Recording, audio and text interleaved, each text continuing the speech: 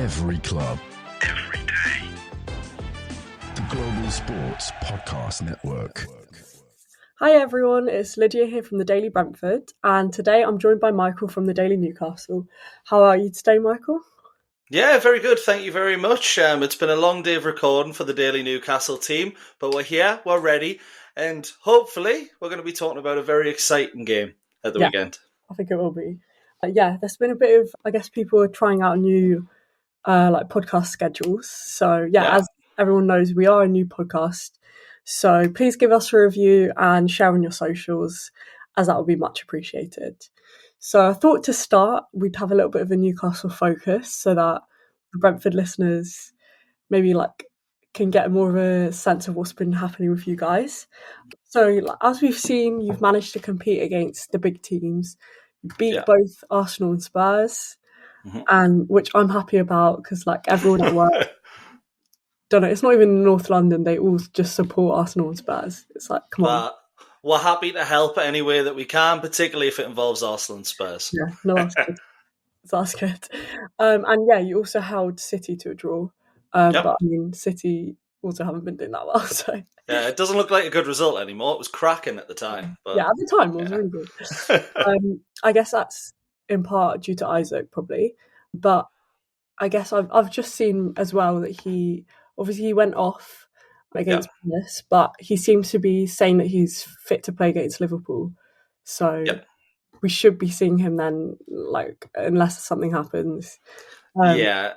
Just on Isaac, he's one of those players that once he gets a knock, he'll continue to play. Eddie Howe will continue to play him. At the weekend, we saw Callum Wilson wasn't ready yet to play, or at least come on for 70 minutes. So Isaac will definitely start if he's available to do even 45 minutes against Liverpool. But what we found in the past is that usually makes the injury a lot worse. So we could be going into the game with, I don't know, William Osula or Anthony Gordon up front against Hughes. But I'm going to pray that's not the case. Okay. I probably won't be praying for the same thing, but it's understandable. Yeah. So how crucial would you say he's been? Obviously you said you obviously want him to be there on Saturday. Do you think he's played a big part in, I guess, you've been really good against some of the top 6 teams. Do you think that's in part a lot due to him? Yeah, I think it's one of those that I think Newcastle's attitude really comes out, and I'll be honest, we've got a history, particularly this season, potentially, of being naive against clubs that we would maybe deem lesser, which sounds horrible. I don't go into any game thinking it's lesser, whether it's going to be Bromley, who we've got in the FA Cup, or, Man City. But it's one of those that you can really see the difference in levels from players such as Alexander Isak when we play against the likes of Arsenal, fighting for every ball against Arsenal, but then against Crystal Palace at the weekend, he barely had a sniff, and that wasn't down to the fantastic play from the Crystal Palace defenders. It just didn't really seem that the attitude was right. Now, he went off with an injury. Maybe that's something that was, there from before the game. And against West Ham, it does have to be said, he was very agile, moved well. Finishing wasn't quite on point. But to be honest, this season, we haven't seen the best of Alexander Isak. Yeah. And talking about the West Ham game as well, were you there? Were you at St James Park? I wasn't for the Monday night. I was flying away with work through the week, so it was one of those I didn't manage to get to. It's probably a good thing you didn't see it.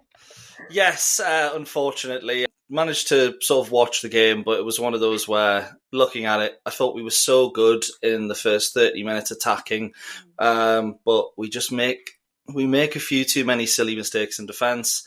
It was Lloyd Kelly's first start for a long time, and he's just been caught ball watching, or should I say player watching, from a corner. And, we're pretty poor at that. And, I know particularly Brentford at home, he's pretty much good at everything at home. So it's going to be difficult. Yeah. I guess, I was going to talk about this as well. We've got the best home record. Yeah, Europe at the minute. I'm not scared about that at all. I'm very scared. I mean, I know you were saying that in your game against West Ham, it was by the second half that you seemed to just drop in form. I'd say that's something we have also struggled with. Also, we yet to have despite our excellent record at home, haven't had a clean sheet, which is obviously something to worry about. I think we're past our 1 minute opening goals. Thankfully. So I think you're out in the clear for that.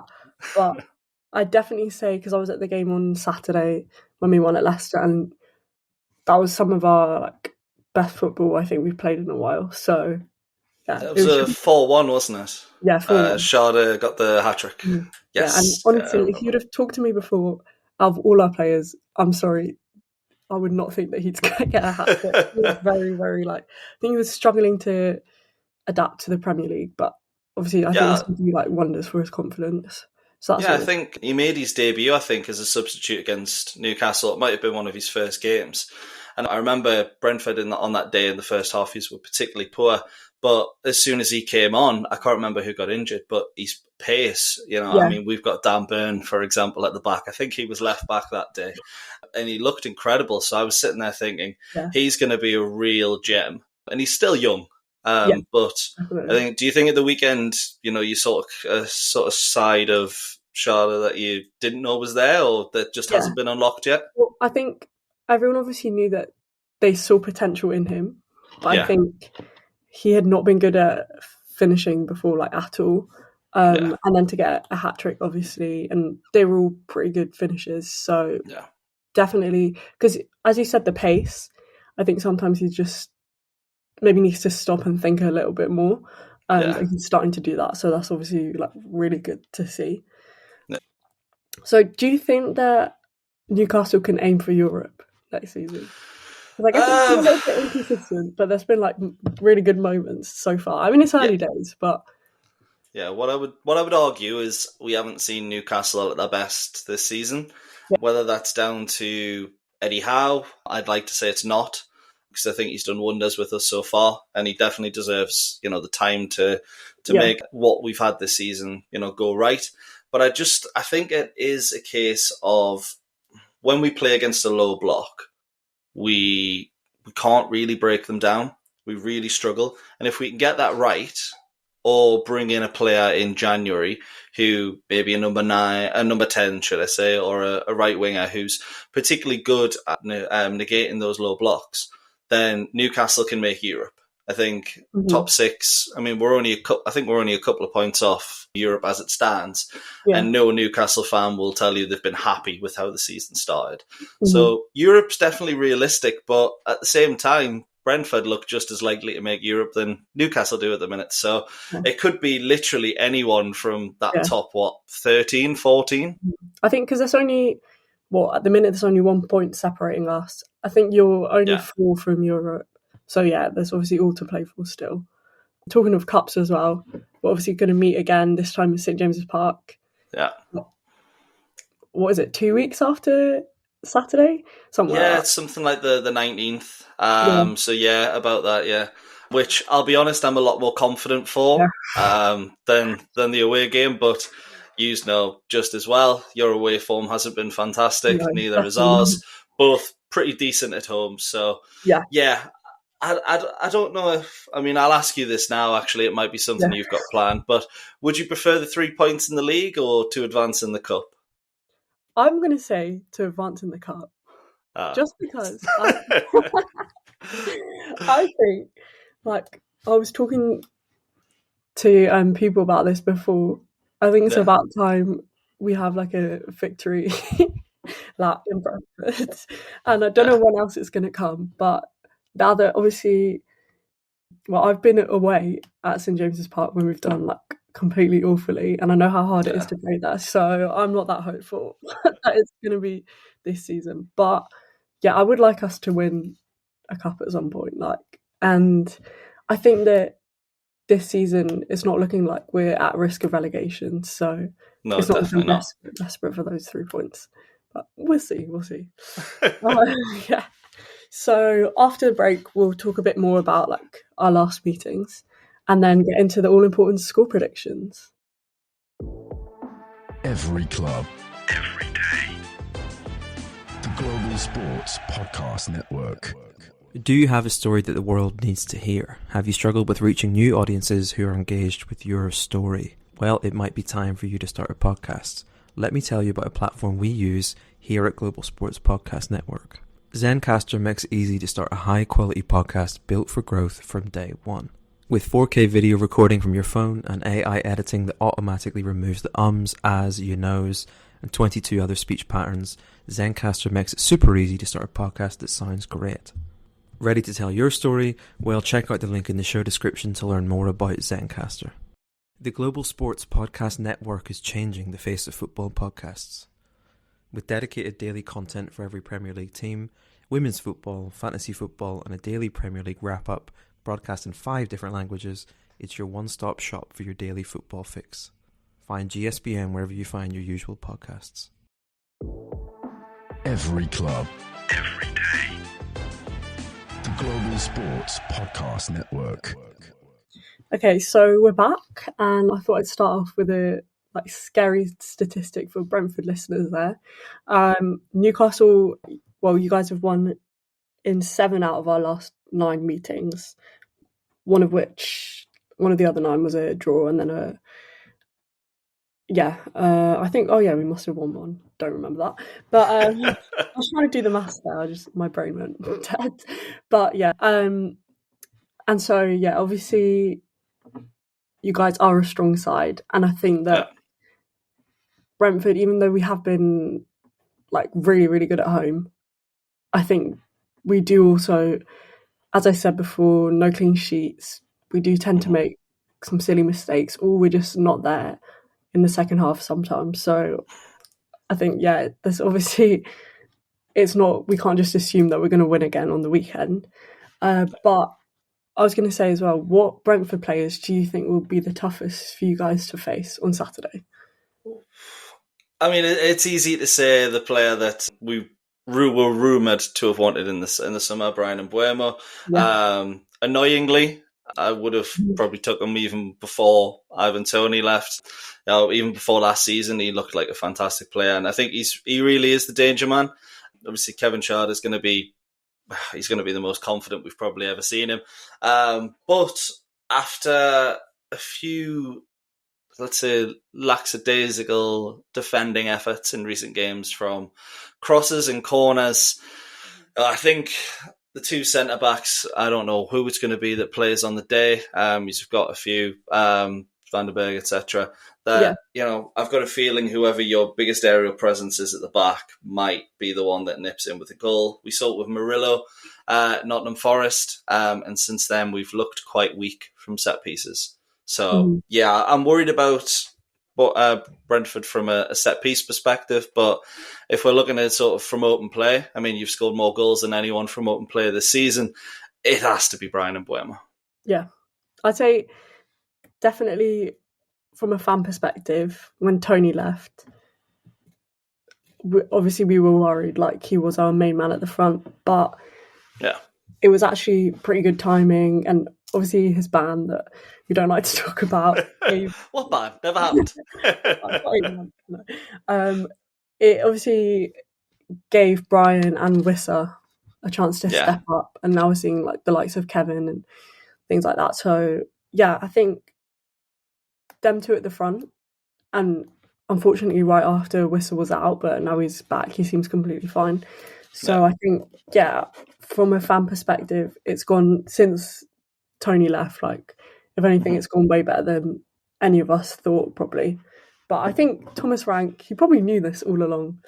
He seemed to know these things. So, I'd say from a Brentford perspective, obviously we talked about Isak. He's a big threat. And as I said, with our defensive issues and our mistakes, and even though we won on last week against Leicester, I had some questions about our defence. And I think also Barnes as well. I've noticed a lot of talk about him, and he seems to be, someone I didn't really notice before, but a bit of a threat as well. Yeah, for Newcastle with Barnes, he was out for most of last season. It looked at the start of the season like Barnes was going to be a star player, He didn't start that many games, but as soon as he came on, he was scoring goals off the bench, etc. It looks a really dangerous presence.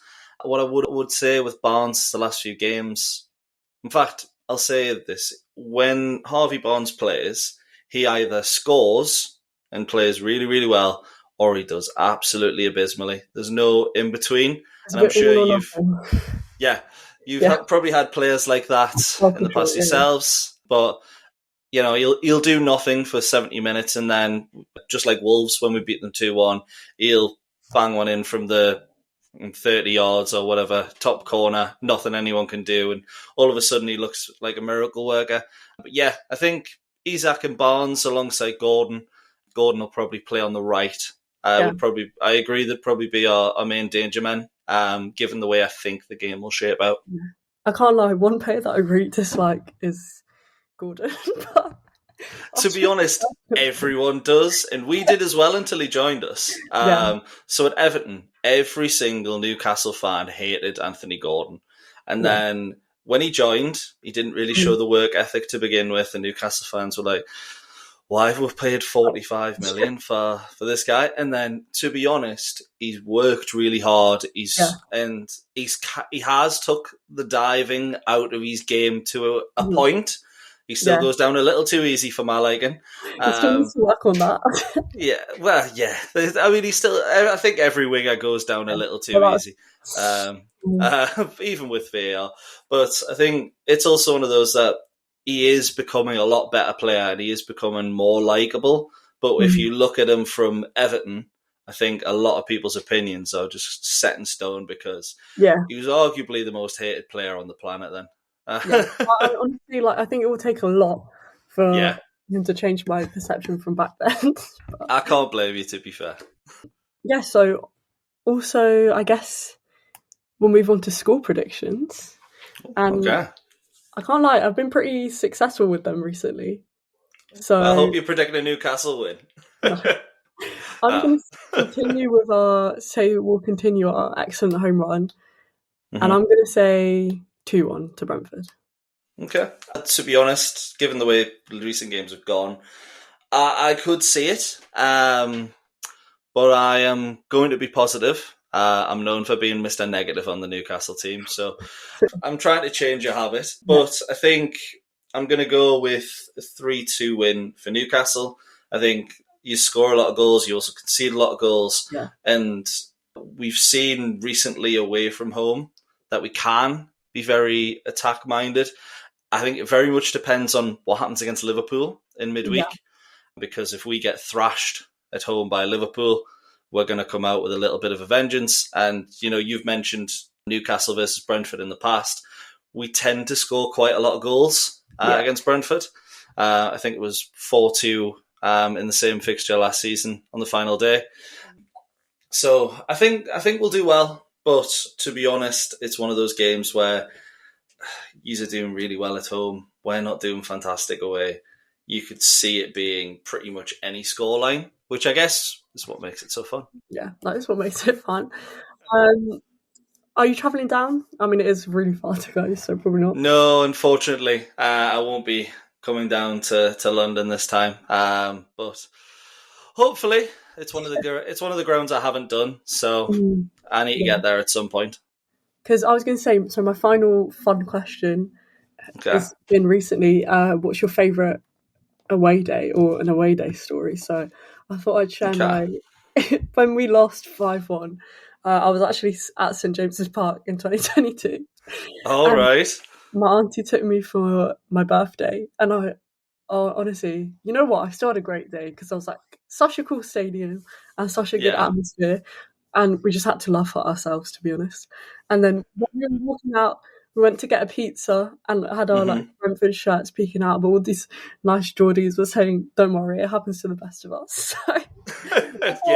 If anyone knows anything about getting battered, it's us. We've had Mike Ashley in for years. We used to go to Liverpool or Man United and go, please only be 4.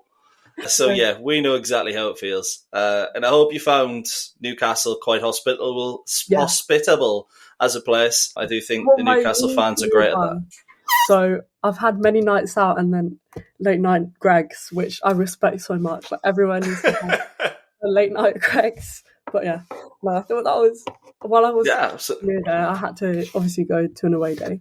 But did you have any away day stories you wanted to share or favourite away day moments? Yeah, I think my favourite that I've been to was actually when we were in the Championship. I went to quite a lot of away games that season, and to be honest, I mean, we ended up finishing top of the table, so I enjoyed a lot of them. Yeah. But the one in particular was Leeds. So Leeds as a club, there's always that little, oh, well, they're Northern, we're Northern. Yeah. There's a little bit of a rivalry, and I've got a lot. Fans hate Leeds. I will say that. All Brentford fans. Fantastic. This is going to sound brilliant. Yeah. And I went down with a couple of friends. I have a few friends there that were Leeds fans as well. And before the game, it was all, oh, you're going to get battered. We're going to win the league. We're going to just... And then 20 minutes in, the ball comes over to Rob Green. Typical Rob Green fashion. He drops it on the goal line. And just from the first moment, Newcastle fans, there's a bit of rivalry. Literally, I'm not sure if you've been to Ellen Road, but the away fans are there. Home fans are there right next to them. So... it's always probably a great atmosphere, but it was just one of those that before, during and after the game, every Leeds fan I met was just so angry. There's nothing better than angry football fans. Angry Leeds fans, honestly. Yes. You were walking through the streets after the game and there was police in between the two fan bases. There was quite a lot of scraps. I don't get involved in that myself, let's be honest. I'd get battered. But just even on the way back, every single Leeds fan was just trying to give it the big end. And I love it when a big club gets, a little bit belittled. That's honestly, outside of the West London derby, outside of Fulham, Chelsea, QPR, Leeds is our biggest hate. There's something about them, isn't there? Yeah. I think that's maybe a universal feeling. Well, thank you for me today, and thanks for listening, everyone. Remember to share with fellow fans and to give us a good 5-star review on Spotify. And us. And Newcastle. Don't forget Newcastle. And a follow on our socials. Right. See you, everyone. Every club. Every day. The Global Sports Podcast Network.